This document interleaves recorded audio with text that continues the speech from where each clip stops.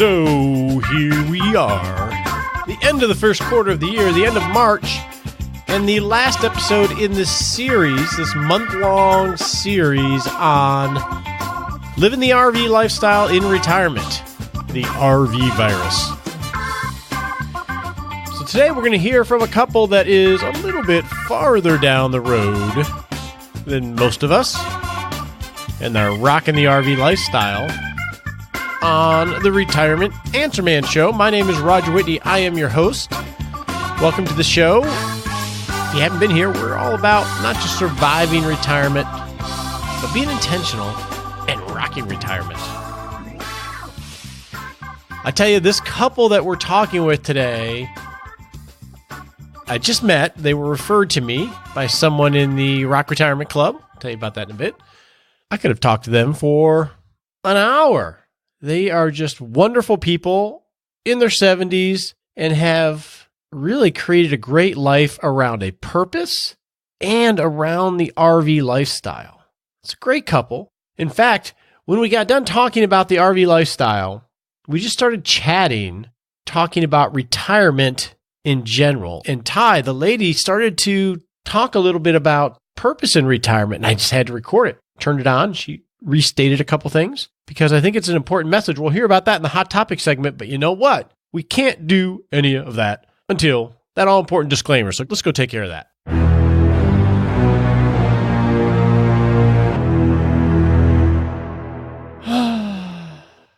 You really shouldn't take advice from people that don't know you or know enough about you to speak into your life.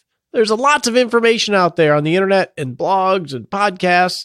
A lot of it can be really good, but even the best information shouldn't be taken as advice because it has to be customized to what's going on in your life. And I don't know anything about you, so don't take advice from me. I only give advice to clients that I work for as a fiduciary. So think of this as helpful hints and education.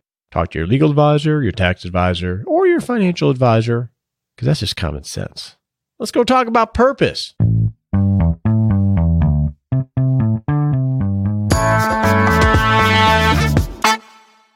Hold on a second. Before we go talk about purpose in the Hot Topic segment, we are in the midst of open enrollment for the Rock Retirement Club.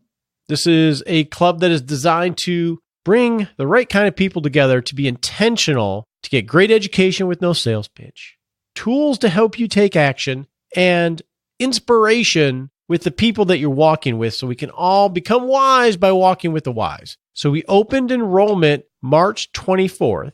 And we're closing enrollment on April 4th. We only open it up a few times a year. If you go to rockretirementclub.com, you can enter your email and you'll get a message or email reply with links to attend one of our orientation meetings where we'll give a tour of the club, ask questions, and help equip you to find out if it's right for you. If you're looking to rock retirement and you want to look for blind spots and get input from other wise people, go check it out.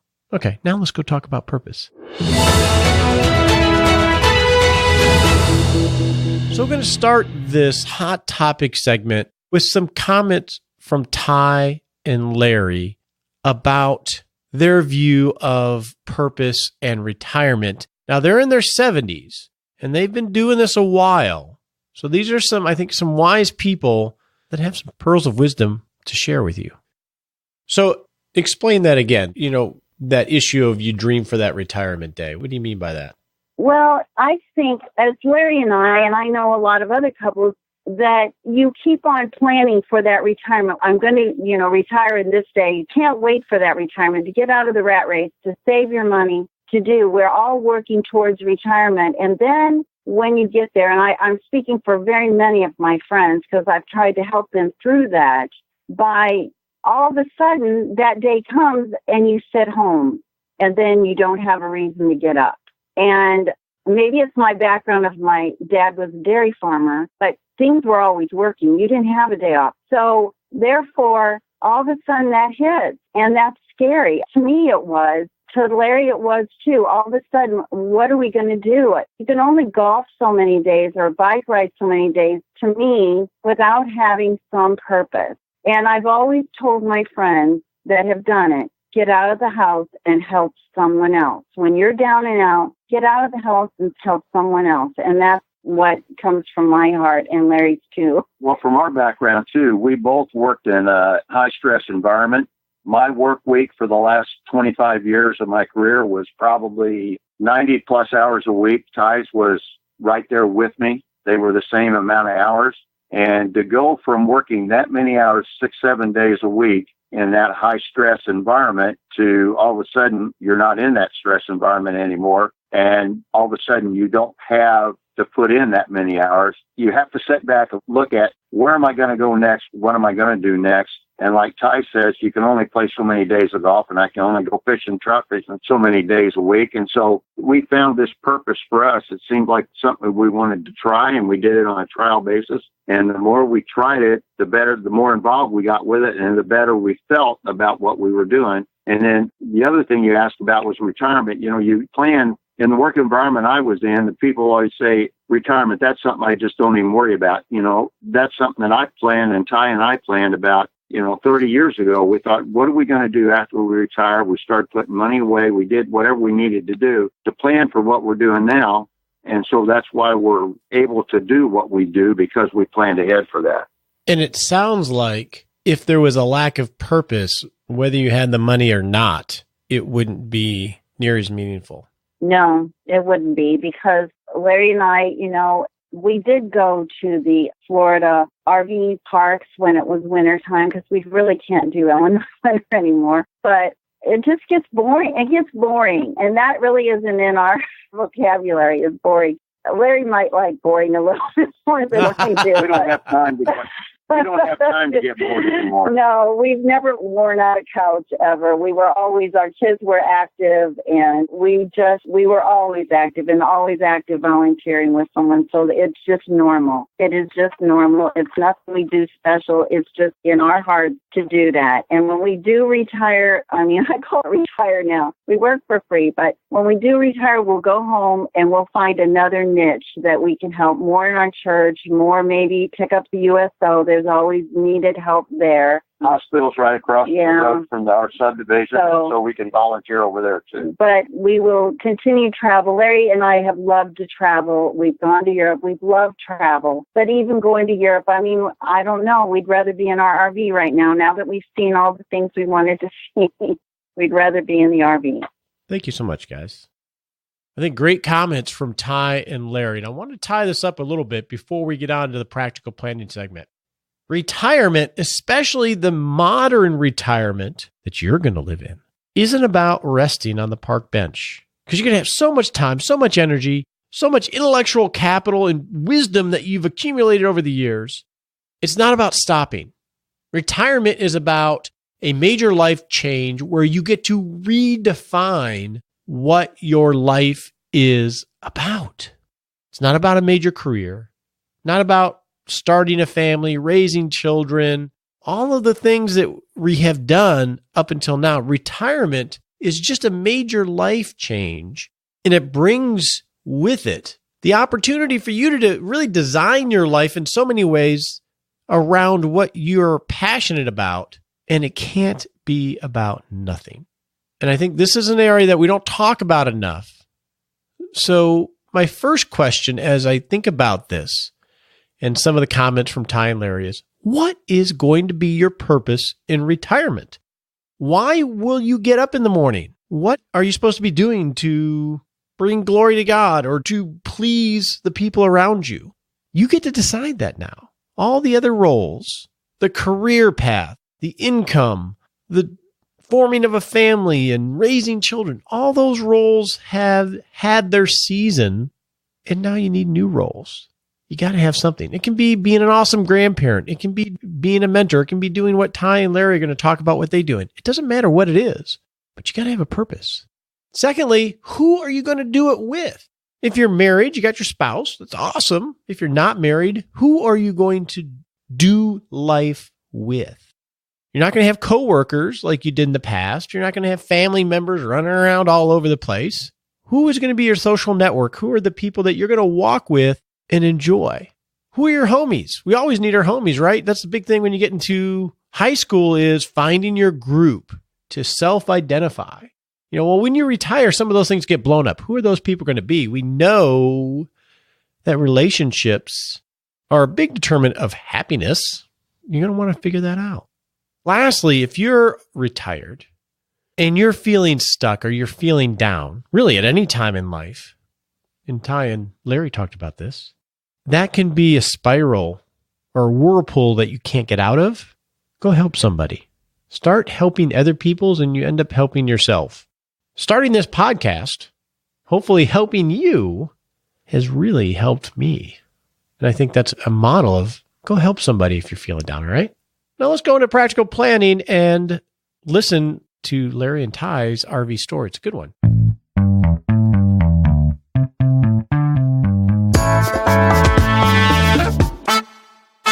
So you've already met Larry and Tai.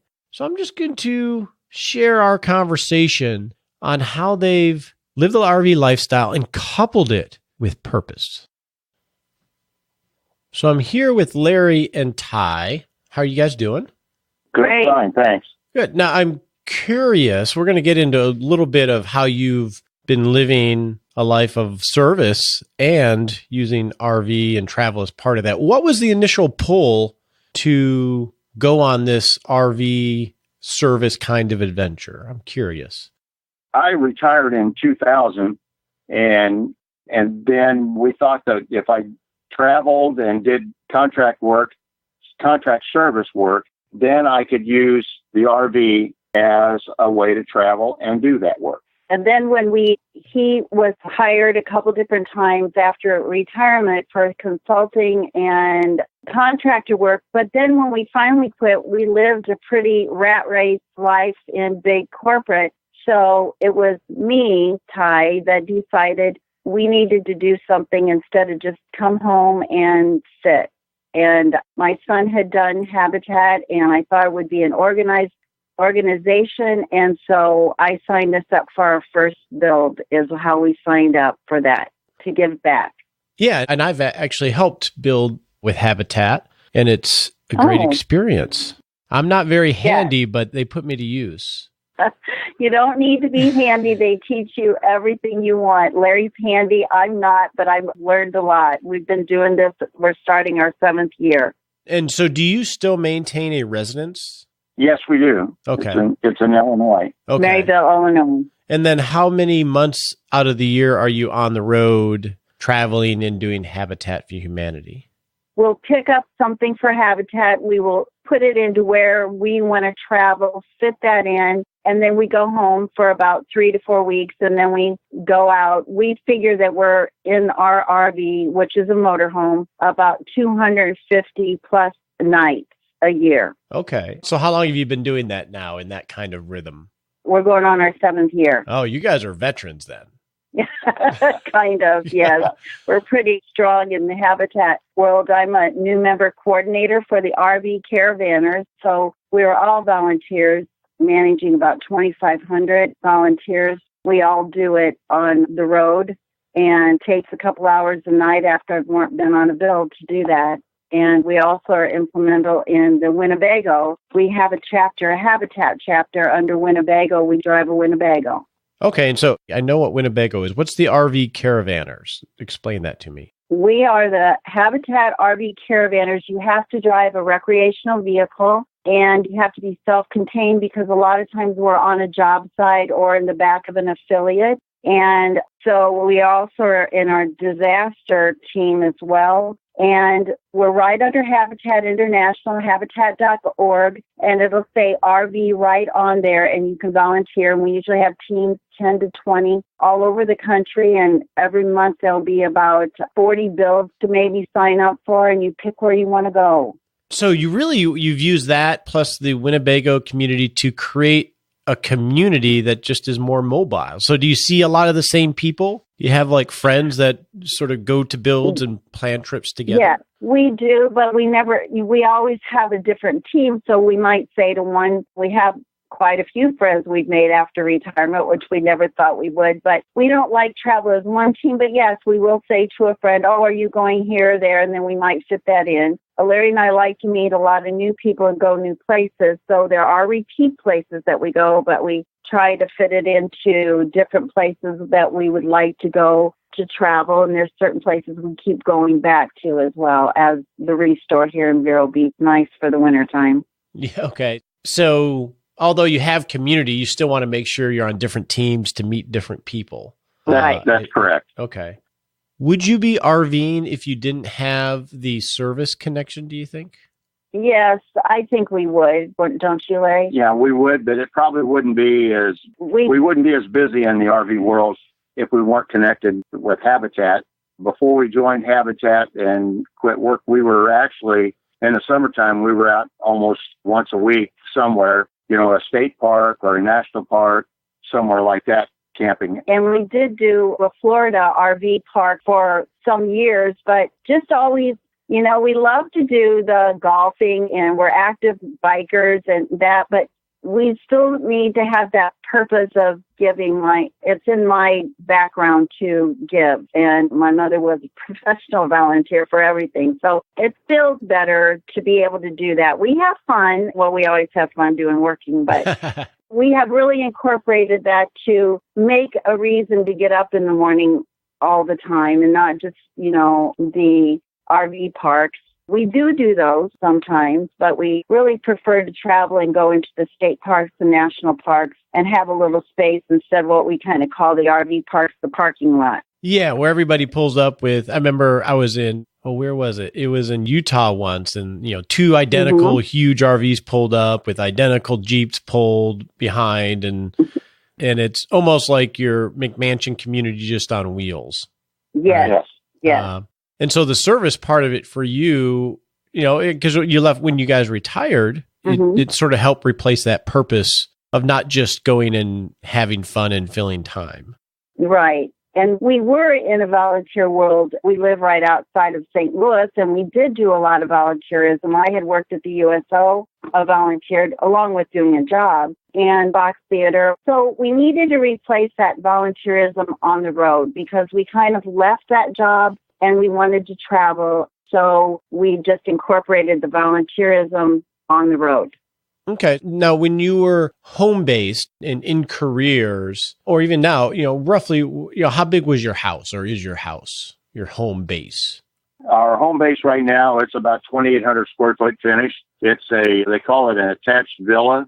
There's two of us in a building. The duplex. It's like a duplex, but we have about 2,800 square feet finished in that with a 2-car garage. And how big is your living space in your RV?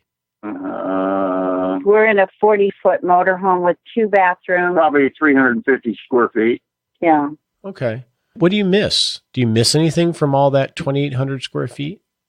No. No, not really. We have friends and family, and because of our friends and family, they go in and out of the house. They send us our mail. They help support us on the road. But we miss them, but we can always go home. Sometimes we just fly home. We left our motorhome here. We flew home at Christmas and then came back, flew back.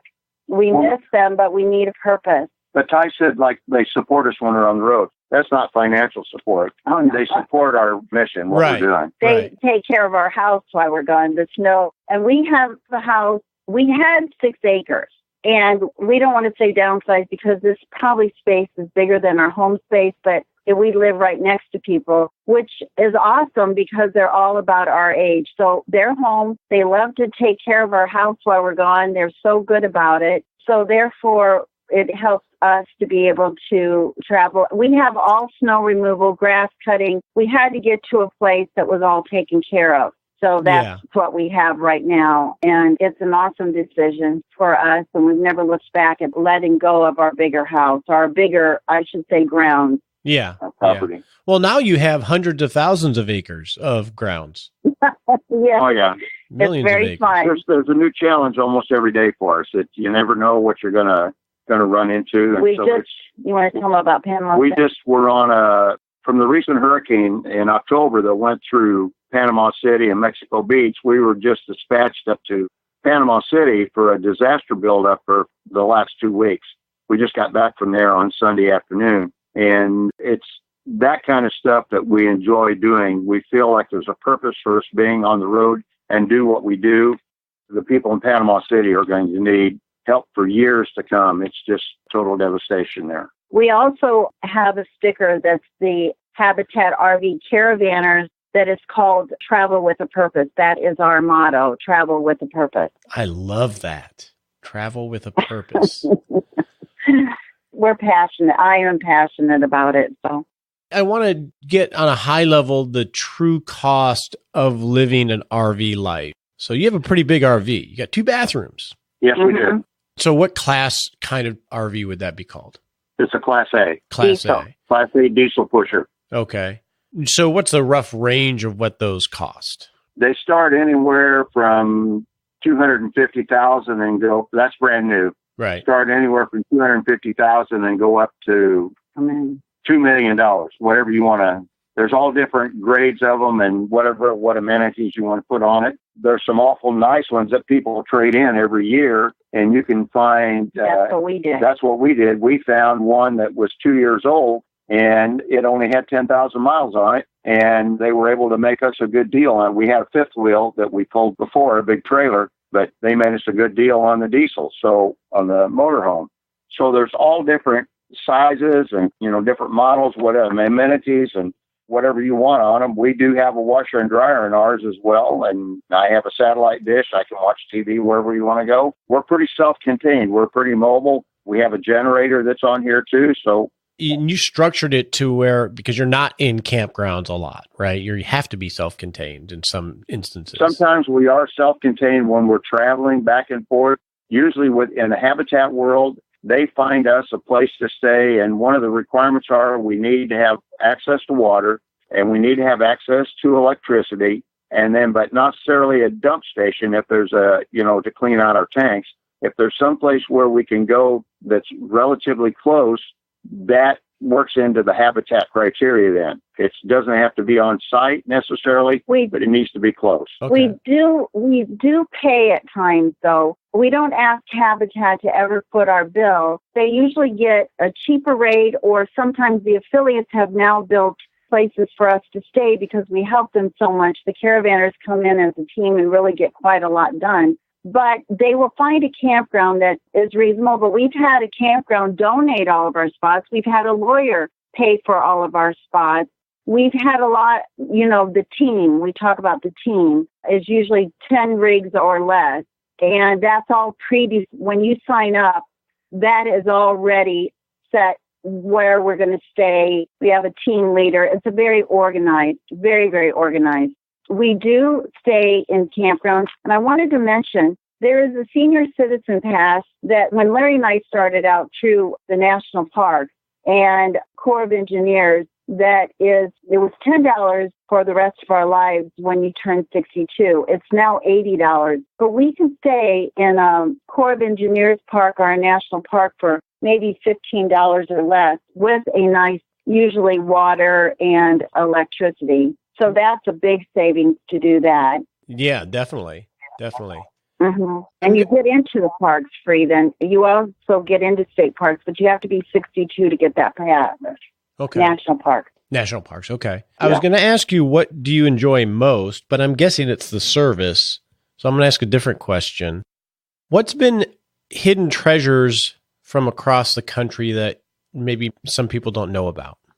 Well, we had traveled quite a bit. I had been in every state but Hawaii, and Larry and I have traveled almost every state now.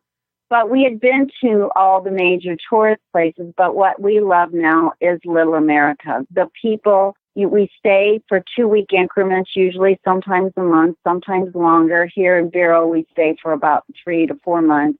I think it's the people out there that just are everyday people that you don't meet, and they tell you to go to this little restaurant, or some of them have cooked for us. Or to me, we've been a lot of places, including Europe, but it's that Little America of people that are struggling, but they still have a big heart and a big smile for you, and whatever we can do for them. Is that you too, Larry? I think for me, it's the diversity of the people that sometimes you travel with, you work with, or you run into wherever you're going.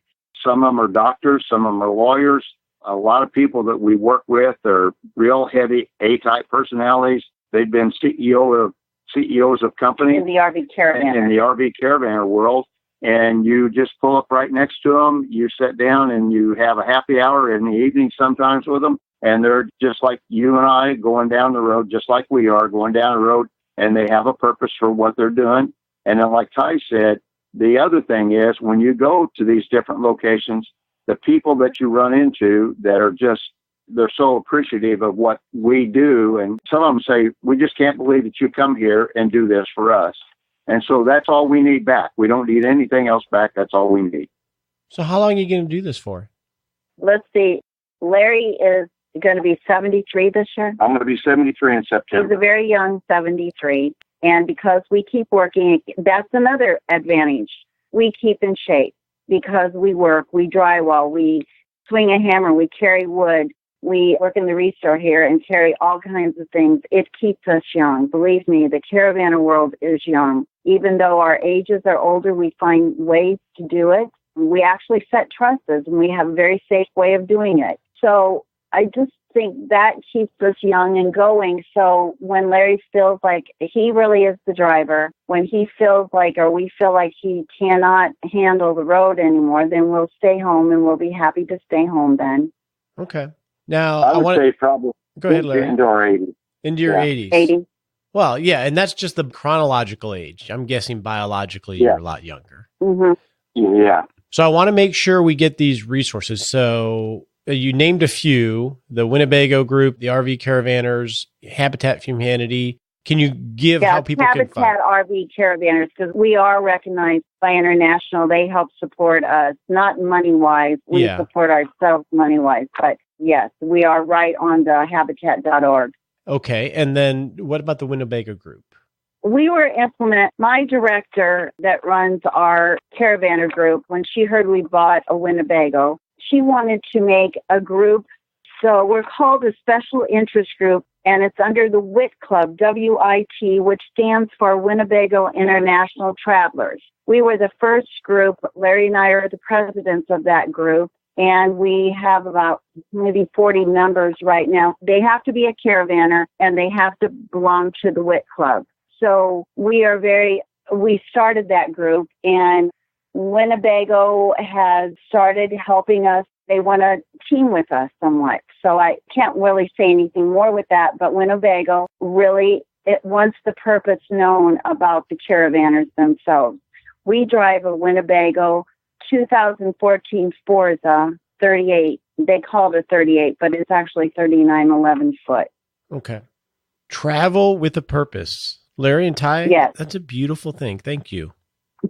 Thank you. Yeah, we enjoy it. Pretty amazing, huh? I'm excited for you, whether you have the RV virus or not. But now, let's go get happy with Nicole.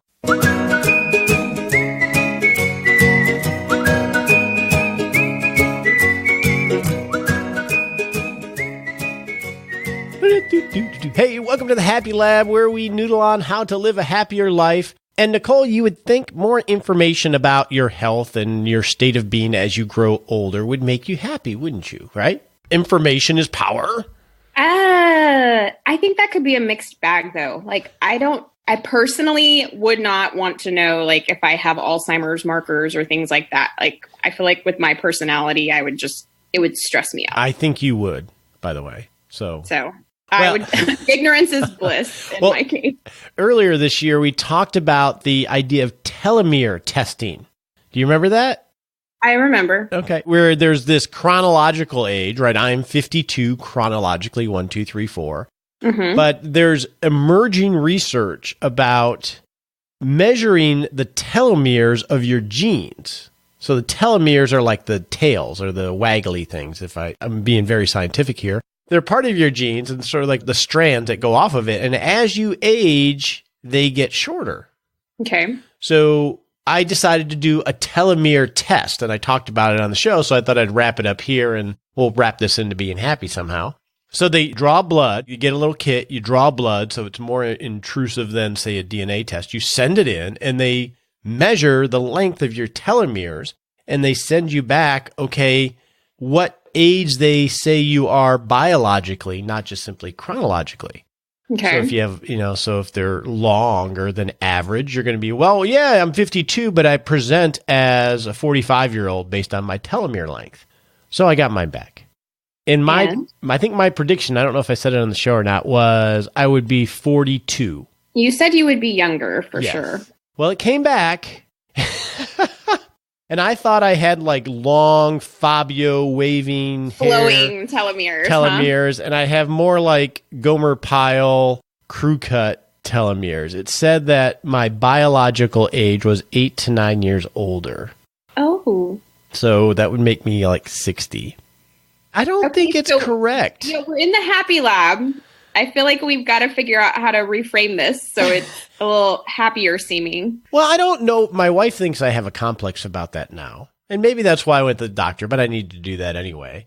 I'm not that freaked out about it. There are things you can do about it, and I question the accuracy of it based on my self-assessment, but also based on other people and how they, perceive me. You don't think I'm a 60-year-old, do you? Not that 60 is bad, by the way. I feel like this is a trick question, and my mom's about to be 60. I don't want to answer. I plead the fifth. Okay. But, what does give me comfort is at least I don't think I have Neanderthal DNA. Oh, really? Yes. I think we need to pull up your 23andMe results to verify that. Because someone I know does have Neanderthal DNA. Who would that be? I do. That's what I found out from my 23andMe. What does Neanderthal DNA mean? That my family was in Europe a really long time. Basically, I guess somewhere along the way, some cool Neanderthal people. I thought we all were like Neanderthals back in our... No, they were like a separate species of early humans. So, yeah. So I guess the thing about happiness, let's tie this up into happiness, and hopefully this is helpful. But, having this kind of information, this could freak somebody out. Wow, what? Biologically, you could psychologically, you could literally start to feel older because that was imprinted in your brain that biologically you're 8 or 9 years older. And you can't let that do that. And you know what? This stuff is not exact and it's all emerging. Even if you had markers, it doesn't mean anything. How many times have you heard, you're going to die in 6 months and then 10 years later, the person's doing really well. Doing fine, right? So are there steps that you can take now, like decisions that you would make now that you know that are different? Well, I think self-care steps, for example. There are. They shared a pamphlet with me, and I did a little video on this and shared it all in the RRC. There are steps you can take. So you can actually influence your telomeres. I potentially could go from Gomer Pyle to Fabio. I don't know if I could get all the way there hair-wise, but you know what I'm saying. So there are steps. So I think the happy part of it is it always comes back to what can you do next to improve the situation. So it did get me more aware of my health and being intentional about it, which is the point. That's all you can do. Yeah, I want you to live to be 100. Now, I don't think you can do anything intentionally to take out your Neanderthalness. No. Maybe I'd be really good at cave painting. Maybe. I don't know. All right, let's go to the Smart Sprint. On your marks, get set.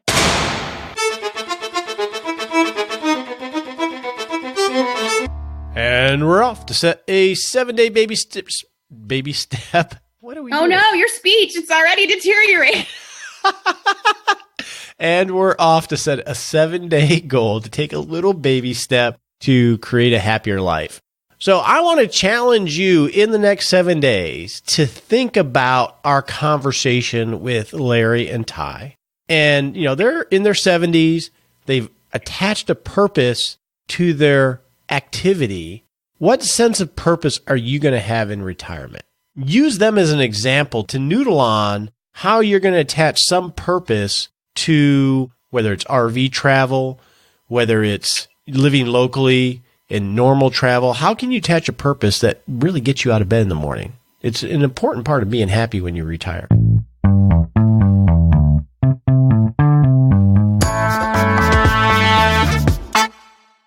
So this is the last episode of the RV virus series. I hope you've enjoyed it and it's helped you figure out whether you got the virus, and if you do, how you manage it to make sure it works for you. Now, everybody except Larry and Tai, who were referred to me by someone in the RRC, everybody that you've heard from this week are active members in the Rock Retirement Club. And all month we've been noodling on together, how do you RV well. And what we've been doing inside the club is taking every theme that we focus on the podcast and go deeper and share our experiences and come up with a framework to help each other make better decisions for ourselves. You walk with the wise and you become wise. Now, here we are on the 27th of March. Open enrollment is open until April 4th. And you can go to rockretirementclub.com to join an orientation meeting or get a playback from an orientation meeting to see if this is something that can help you rock retirement. Talk to you guys next week. We appreciate you joining us today for this episode of Retirement Answer Man. Be sure to visit rogerwhitney.com/answers to access the Retirement Answer Library with over 30 checklists to help you make the most of the only life you have. Remember, you have more power than you realize to create an amazing life starting today with Retirement Answer Man. The opinions voiced in this material are for general information only and are not intended to provide specific advice or recommendations for any individual. All performance referenced is historical and no guarantee of future results. All indices are unmanaged and may not be invested into directly. Have a wonderful day.